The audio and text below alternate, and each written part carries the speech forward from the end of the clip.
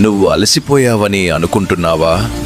కాదు, నువ్వు మేల్కొనడానికి దగ్గరలో ఉన్నావు. ప్రపంచం వేగంగా పరిగెడుతోంది అని భయపడొద్దు. నీ దారిలో నువ్వు నెమ్మదిగా నడవడం నేర్చుకో. నిన్ను ఎవరు పట్టించుకోలేదు అని బాధపడొద్దు. ఈరోజు కూడా ఎవరు చూడకపోయినా పర్వాలేదు. నువ్వు నిన్ను నువ్వే గౌరవించటం మొదలుపెట్టిన రోజు నుంచే మార్పు వస్తుంది. శబ్దం ఎక్కువగా ఉన్న చోట నిజం వినిపించదు.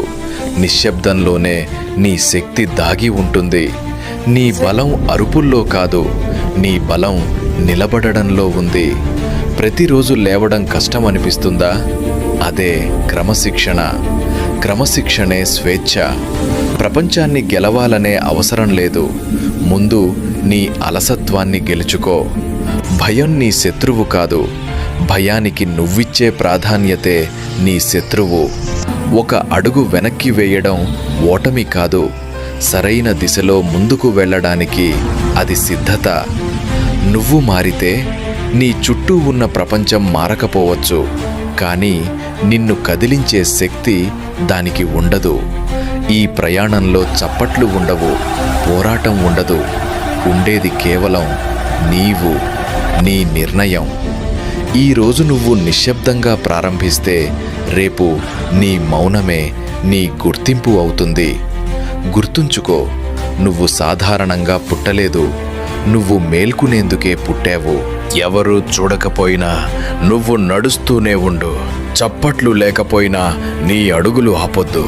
ఎందుకంటే నిజమైన మార్పు ఎప్పుడూ ఒంటరిగా మొదలవుతుంది. ఈ ప్రపంచం నీకు తొందరగా ఫలితం చూపదు, కానీ నువ్వు ప్రతిరోజు క్రమశిక్షణతో నిలబడితే కాలమే ఒకరోజు నీ వైపు తిరిగి చూస్తుంది. నువ్వు ఇప్పుడున్న స్థితి నీ అంతం కాదు, అది నీ శిక్ష కూడా కాదు, అది నీ పరీక్ష. ఆ పరీక్షలో నువ్వు గెలవాల్సింది ఎవరో కాదు, నీ నిన్నటి రూపాన్ని.